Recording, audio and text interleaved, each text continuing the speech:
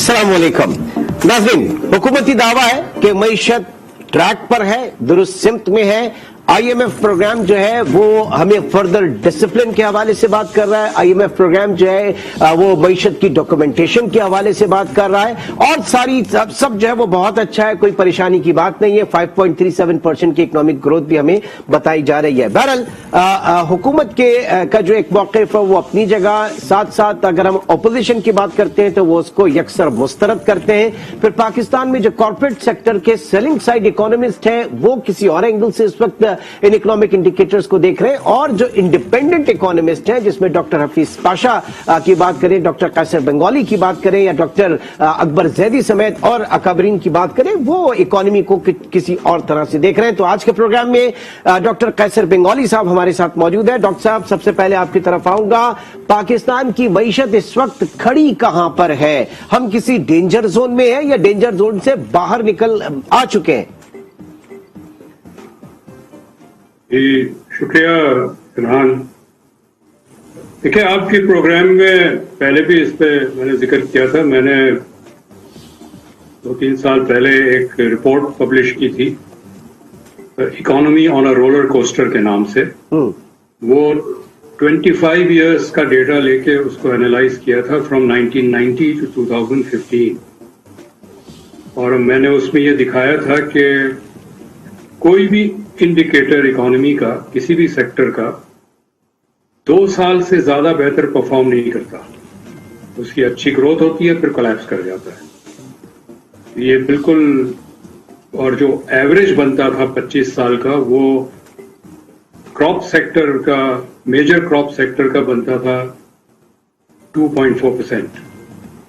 तो ये एक साल में अगर कोई नंबर अच्छा हो जाता है तो ये जश्न मनाने का मौका नहीं है।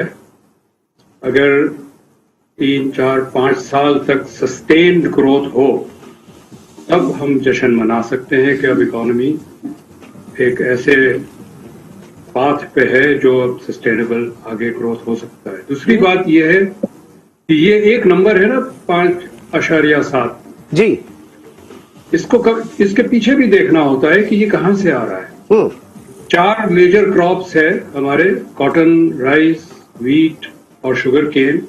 क्या इन चारों में अच्छा ग्रोथ है या किसी एक ग्रो लीड कर रहा है और बाकी लैग कर रहे हैं या नेगेटिव है? इसी तरह मैन्युफैक्चरिंग में कौन सी इंडस्ट्रीज हैं? क्या एक आध इंडस्ट्रीज में बहुत हाई ग्रोथ है और बाकी लैग कर रही है, या ओवरऑल इंडस्ट्रियल सेक्टर ग्रो कर रहा है?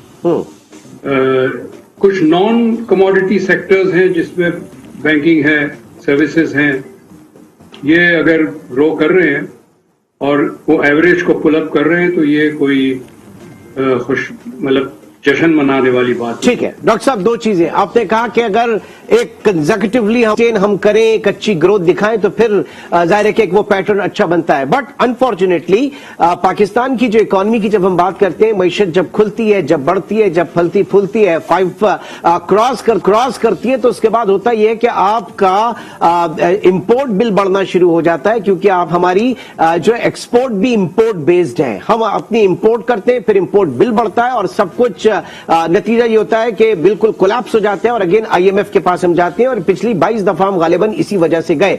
तो एक सस्टेनेबल ग्रोथ क्या हम अफोर्ड कर सकते हैं? हमारा इकोनॉमिक जो है वो मॉडल इस तरह का है कि हम उसको अटेन कर पाएंगे या नहीं कर पाएंगे, या ये मीडियोक्री हमें चलना पड़ेगा? आपने बिल्कुल सही इसकी निशानदेही की है वजह की, और उसकी वजह यह कि हमारी जो इकोनॉमी है वो बेसिकली इंपोर्ट डिपेंडेंट है। उसका स्ट्रक्चर ही ऐसा है कि इंपोर्ट डिपेंडेंट है।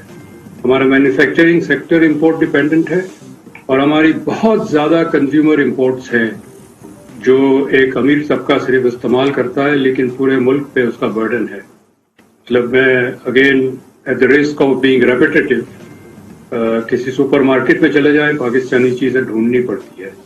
आपका सारा बिल्डिंग मटेरियल अब इम्पोर्टेड है, आपके जो कर्टन्स हैं और फर्निशिंग्स हैं वो सारा इम्पोर्टेड है। क्लोथिंग हमारी बहुत ज्यादा, हम टेक्सटाइल मैन्युफैक्चरिंग कंट्री है, लेकिन बहुत सारा टेक्सटाइल फिनिश गुड्स जो है, गारमेंट्स वगैरह ہم امپورٹ کرتے ہیں تو جب تک ہم اپنی اکانومی کو ری اورینٹ نہیں کریں گے اور انڈسٹری کو اپنے ہی را مٹیریل پہ بیس نہیں کریں گے بجائے اس کے کہ امپورٹڈ را مٹیریل پہ بیس ہو یہ مسئلہ تو رہے گا. ٹھیک. اچھا دو چیزیں ڈالر آنے کے ذرائع جو ہمارے یہاں گنائے جاتے ہیں جو بات کی جاتی ہے جناب پاکستان میں ترسیلات زر جو ہے وہ بہت اچھی آ رہی تھی پچھلے دنوں وہ کووڈ کی وجہ سے تھا لیکن ایک سب سے بڑی چیز جو ہم مس کرتے ہیں وہ فورن ڈائریکٹ انویسٹمنٹ ہے جو کہ پاکستان میں اس وقت نہیں آ رہی جو بھی آ رہی ہے وہ اپنے کیپٹل مارکیٹس کے اندر دیکھی پورٹ فولیو انویسٹمنٹ کے اندر دیکھی اور دوسری چیز یہ کہ ایکسپورٹس ابھی آپ نے بتایا کہ ہم امپورٹ را مٹیریل جو ہے امپورٹ کر کے اور پھر ایکسپورٹ کرتے ہیں بیلنس آف پیمنٹ اس وقت ہمارا پھر بگڑنے جا رہا ہے خدا نہ خواستہ کیونکہ آج کی رپورٹ ہے $90 پر بیرل کے قریب ہو گئی ہے دوبارہ برینٹ آئل پرائسز تو یہ تو بڑی الارمنگ سائن ہے پاکستان کے لیے. جی وہ بیسیکلی وہی بات ہے جو ہمارا اسٹرکچر ہے اکانومی کا ہم نے اس کو ٹوٹلی غلط طریقے سے بنایا ہے. آئل ڈپینڈنٹ بھی ہم ہیں اور کہتے ہیں کہ کراچی میں روزانہ 1000 گاڑی رجسٹر ہوتی ہے نہیں پیٹرول ہمارے پاس ہے نہیں گاڑیاں امپورٹ کرنے کے ڈالر نہیں ہیں ادھار پہ ہم چل رہے ہیں اور گاڑیاں امپورٹ کرے جا رہے ہیں اور سڑک پہ نئی نئی گاڑی آ رہی ہیں اور حکومت بہت اپنے آپ کو شاباشی دیتی ہے ایگزیکٹلی کہ جناب اتنے یونٹس جو ہے وہ بند رہے ہیں اتنی زیادہ گاڑیاں اور اتنے زیادہ انفلکس جو ہے وہ موٹر سائیکل خریدی جا رہی ہیں ساری چیزیں وہ اس کو تعبیر کرتے ہیں جناب کہ ایک بہت اکانومی ہماری بوم کر رہی ہے جبکہ اصل وجہ یہی ہے جو اس وقت پرابلم کریٹ کر رہی ہے. ڈاکٹر صاحب جی یہ ساری وجوہات ہیں اکانومی انڈر پریشر آنے کا اور صرف گاڑیوں کا نہیں ہے ہم اور بھی جو ہماری انڈسٹریز ہیں مطلب پوری جو شوگر انڈسٹری ہے ہماری یہ ایک برڈن ہے ہمارے ایک توق ہے گلے کے اوپر معیشت کے کیونکہ ہم ایکریج کاٹن سے ہٹا کے شوگر کین میں لے جا رہے ہیں اور کاٹن اس کے بعد امپورٹ کرتے ہیں. ہم کاغذ پہ زیادہ ہم نے ڈیوٹی لگائی ہے کتابیں ڈیوٹی فری ہے تو بجائے اس کے کہ ہماری پرنٹنگ انڈسٹری ایکسپورٹ کر پائے ہمارے اردو کے قاعدے بھی امپورٹ ہوتے ہیں باہر سے چھپ کے آتے ہیں کیونکہ یہاں چھاپنا اکانومیکل نہیں ہے. تو پورا ایک سٹرکچر بنایا ہے جو ویسٹڈ انٹرسٹ کو سرو کرتا ہے اور ویسٹڈ انٹرسٹ بیسیکلی امپورٹرز سب سے زیادہ پاورفل ہیں. ہم نے کئی سال تک فرنیس آئل پہ بجلی بنائی اپنے لوکل ریسورسز نہیں یوز کرے اس لیے کہ جو امپورٹ لابی بہت پاورفل تھی. آپ نے شروع میں عمران سوال پوچھا تھا معیشت کی ہیلتھ کے بارے میں بات تو یہ ہے کہ ہم آلریڈی بینکرپٹ ہو چکے ہیں. یہ اسٹرے فگرز جو اچھے آ جاتے ہیں اس پہ کوئی جشن منانے کی ضرورت نہیں ہے. ٹھیک ہے we are already sir way out کیا ہے وے آؤٹ کیا ہے ہمیشہ بات کی جاتی ہے وزیر خزانہ جب آتے ہیں تو وہ امپورٹ سبسٹیٹیوشن کے حوالے سے بات کرتے ہیں بٹ امپورٹ سبسٹیٹیوشن یہاں پر ہوتی نہیں یہاں پہ ایسا کچھ ہے ہی نہیں جتنی بھی گاڑیاں یہاں پہ اسمبل ہو رہی ہیں کوئی چیز یہاں نہیں بن رہی موبائل فونز جو ہے وہ بھی یہاں پہ اسمبل ہو رہے ہیں کوئی چیز یہاں پر نہیں بن رہی صرف کیا اسمبلنگ ہی ہے امپورٹ سبسٹیٹیوشن کے لیے. نہیں میرا خیال ہے امپورٹ سبسٹیٹیوشن کی کوئی بات نہیں کرتا. ابھی اسد عمر نے ایک بیان دیا تھا کہ export is the only remedy for this economy. میرا اپنا خیال یہ ہے کہ پاکستان کا جو اکنامک سٹرکچر ہے انفراسٹرکچر کے حوالے سے ایگریکلچر انڈسٹری کے حوالے سے اتنا کمزور ہے کہ ہم دنیا میں اب کمپیٹ نہیں کر سکتے ہیں پروڈکٹس کو بنانے میں. ہم نہ تو ایفیشینٹ پروڈکٹس بنا سکتے ہیں نہ کاسٹ ایفیشینٹ بنا سکتے ہیں. ٹھیک ہے سر ہمیں اس وقت جو اکانومی کو ری اورینٹ کرنا پڑے گا وہ امپورٹ بیسک نیڈس پہ امپورٹ سبسٹیٹیوشن کرنی پڑے گی. ہم دالیں بھی امپورٹ کرتے ہیں جبکہ ہم اپنی گرو کر سکتے ہیں جتنی ہمیں ضرورت ہے. ہم کوکنگ آئل کا را مٹیریل امپورٹ کرتے ہیں جب ہم را مٹیریل یہاں گرو کر سکتے ہیں لیکن اس کے لیے ضروری ہے کہ ہم ایکریج کو ڈیفائن کریں کہ کہاں پر دالیں گرو ہوگی اور کہاں پر سن فلاور گرو ہوگا اور وہاں پر اور کوئی کراپ نہیں ہو سکتا. تو ہمارا جو بہت ایک جو امپورٹ بل ہے دال امپورٹ کرنے کا پام آئل امپورٹ کرنے کا اور ہم اگر گاڑیوں پہ بین لگا دیں بالکل مکمل طور پہ जिसको गाड़ी चाहिए वो पुरानी गाड़ी इस्तेमाल करें, जरूरी नहीं है कि हर साल उनको नई गाड़ी चाहिए। मैं कराची में जिस इलाके में रहता हूँ वहां पर अब कोई पुरानी गाड़ी, पुरानी क्या, जो ए से शुरू होती है, ए, वो तो अब नजर ही नहीं आती, सब नई गाड़ी है। मेरी एक वाइट गाड़ी है, शायद मैं अक्सर रोड पे देखता हूँ कि जो पुरानी गाड़ी चला रहा हूँ 15 साल पुरानी। लेकिन ये जो, अच्छा, और भी मैं आपको बताऊं, I don't know how much time I have. बात कीजिए। पानी देखें, पानी नलके में हमारा अपना है, कुदरत का और अल्लाह का दिया हुआ पानी है। गैर मुल्की कंपनी इसी पानी को बोतल में भर के हमें बेचते हैं और डॉलर बाहर ले जाते हैं। हमारे तालीमी निज़ाम इतना खराब हो गया है कि अब गरीब बच्चा भी, अपने गरीब फैमिली भी अपने बच्चे को ओ लेवल्स, ए लेवल्स में भेजना चाहते हैं, और जो कैम्ब्रिज यूनिवर्सिटी है करोड़ों पाउंड जो है पाकिस्तान से ले जाते हैं। ठीक है, यानी सब यहाँ पे आके डॉलर बना के और लेकर जा रहे हैं पाकिस्तान से, सब जो है कमा कर लेकर जा रहे हैं। सर, बात ये है कि अब जरा दूसरे पॉइंट की तरफ आते हैं, बहुत इंपॉर्टेंट चीज जो कि समझने की भी जरूरत है, और मैं चाहूंगा कि आप जरा और इस पे हमें बताइए। हफीज शेख साहब जो है वो कहते चले गए जनाब कि इस हुकूमत ने मरकजी बैंक से कोई कर्जा नहीं लिया, कोई पैसा नहीं लिया, और अब शौकत तरीन साहब भी ये कह रहे हैं कि जनाब बैंक बोरोइंग स्टेट बैंक से हम नहीं कर रही ये गवर्नमेंट। आप मुझे बताइए, जब आईएमएफ प्रोग्राम में आते हैं तो सबसे पहले तो शर्त उनकी यही होती है गालिबन कि आप नोट प्रिंट नहीं कराएंगे, आप स्टेट बैंक से नहीं लेंगे। यहां पर इस वक्त जो गवर्नमेंट को फाइनेंस किया जा रहा है, कमर्शियल बैंक्स कर रहे हैं। कमर्शियल बैंक्स के पास इतनी सारी लिक्विडिटी कहां से आ गई? उनका डिपॉजिट बेस क्या इतना बड़ा है? क्या उनके पास इतना पैसा है, या फिर ओपन मार्केट ऑपरेशन के जरिए सेंट्रल बैंक उनको लिक्विडिटी इंजेक्ट करता है, उनको पैसे देता है और फिर उनसे महंगा पैसा लेता है? ये तो पूरा उल्टा चक्कर चल रहा है यहां पे। देखिए, बात यह कि पाकिस्तान तो एक इकोनॉमिक कॉलोनी बन गई है स्टेट बैंक की। हुकूमत पाकिस्तान मातहत है स्टेट बैंक के, और दो वाक़े बहुत इंपॉर्टेंट है इसी हफ्ते के। प्राइम मिनिस्टर ने एक अफगान रिलीफ फंड कायम करना चाहा, स्टेट बैंक ने कहा नहीं कर सकते। यानी स्टेट बैंक डिटरमिन करता है प्राइम मिनिस्टर क्या कर सकते क्या नहीं कर सकते। और दूसरा ये बहुत ही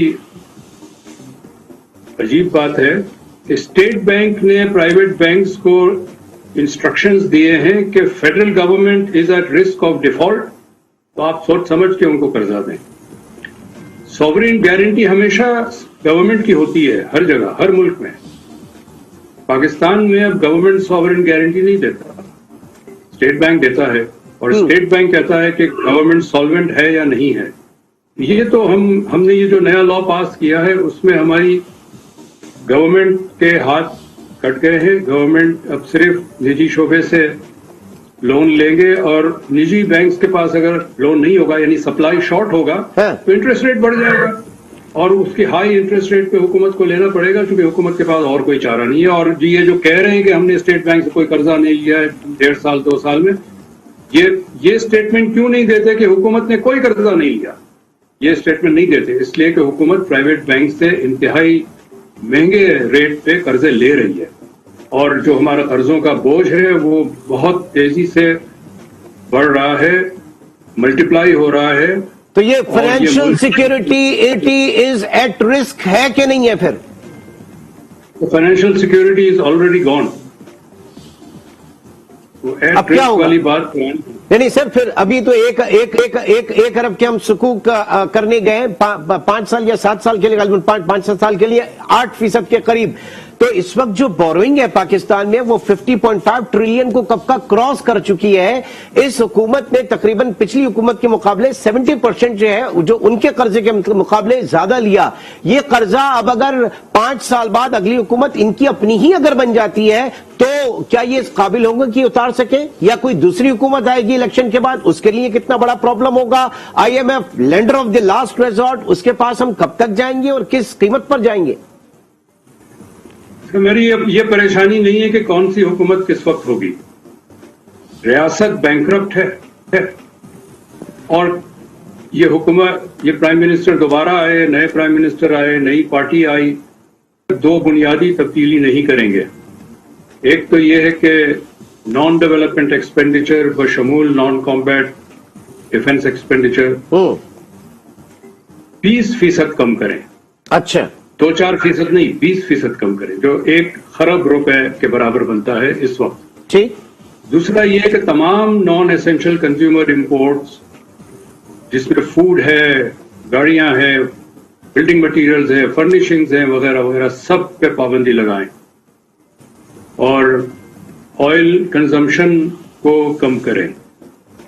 تو یہ 2 تبدیلی نہیں اگر کوئی کرتا تو حکومت جو جس کی مرضی آ جائے، اس سے مجھے اور آپ کو کوئی دلچسپی نہیں ہونی چاہیے۔ ٹھیک ہے سر، جاتے جاتے ایک چیز اور 18th امینڈمنٹ کے حوالے سے بات کی جاتی ہے، وہ کتنی بڑی رکاوٹ بنی اس وقت، کیونکہ اس کے بعد پروونسز کے بعد جو ہے وہ پیسہ آ گیا، فیڈرل کے پاس پیسہ نہیں ہے، اور فیڈرل ظاہر ہے کہ اس نے قرضے بھی اتارنے، اس نے ڈیولپمنٹ ایکسپینڈیچر کے اوپر بھی جانا ہے، اس نے ڈیفنس کو بھی دیکھنا ہے۔ تو پاکستان میں ریاست جو ہے، فیڈرل گورنمنٹ جو ہے وہ ڈویزبل پول پہلے ہوتا تھا، اب وہ چیز کمزور ہو گئی ہے، اور یہ کہا جاتا ہے کہ 18th امینڈمنٹ جو ہے سب سے بڑی رکاوٹ بنی ہے اس میں۔ کہ میں 7th NFC کا ممبر تھا، سندھ کی نمائندگی کرتا تھا جب NFC کی ڈیلیبریشنز ہو رہی تھی، ساتھ ساتھ جو کانسٹیٹیوشن کمیٹی تھی جس نے 18th امینڈمنٹ ڈرافٹ کیا، اس کی میٹنگز بھی ہو رہی تھی، ہم واقف تھے کیا ہو رہا ہے۔ وہ یہ طے تھا کہ کنکرنٹ لسٹ ابالش ہو جائے گا، اور ہو بھی گیا۔ تو اس کا نتیجہ یہ کنکلوڈ تھا، مطلب کہ جب یہ ابالش ہو جائے گا تو فیڈرل ایکسپینڈیچرز کم ہو جائیں گے، تقریباً 20 منسٹریاں جو ہے وہ ابالش ہو جائے گی، اور کورسپونڈنگلی صوبوں کے خرچے بڑھ جائیں گے۔ تو اسی لیے وفاق کا شیئر کم کیا گیا اور صوبوں کا زیادہ کیا گیا۔ ہوا یہ کہ وفاق نے منسٹریاں ابالش نہیں کی، صرف نام چینج کر دیے، اپنے اخراجات کم نہیں کیے بلکہ اخراجات بڑھاتے چلے گئے۔ تو اس وقت جو اگر وفاق کے پاس پیسے نہیں ہیں تو وہ خود ذمہ دار ہے۔ ابھی آپ دیکھیں کہ جو ہاف ایئرلی رپورٹ آئی ہے اس میں ریونیو جنریشن جو ہے وہ ڈبل ڈیجٹ گروتھ شو کر رہا ہے، اور جو ڈیولپمنٹ ایکسپینڈیچر میں سلو ڈاؤن ہے، لیکن 29% گروتھ ہے بجٹ ڈیفیسٹ میں۔ یہ گروتھ جو ہے یہ کرنٹ ایکسپینڈیچر کی وجہ سے۔ اگر حکومت نے اپنی کرنٹ ایکسپینڈیچر کو کنٹرول نہیں کیا، کم نہیں کیا، تو یہ صوبوں کو الزام نہ دیں، صوبے ذمہ دار نہیں ہے وفاق کی irresponsible فسکل مینجمنٹ کے لیے۔ ٹھیک ہے جی، بہت بہت شکریہ ڈاکٹر قیس صاحب۔ اس وقت معیشت کے اعداد و شمار کے حوالے سے بتا رہے تھے، اور یقینی طور سے بہت مشکل اس وقت راستہ ہے، ہاٹ واٹرز میں پاکستان کی اکانومی ہے، صرف 5.37% اکنامک گروتھ دکھا کے اور پھر پوری قوم کو یہ بتانا کہ ہم اس مشکل مرحلے سے نکل آئے، حقیقت ایسی نہیں ہے۔ انشاءاللہ آپ سے پھر ملاقات ہوگی، اپنا بہت خیال رکھیے گا، اللہ حافظ۔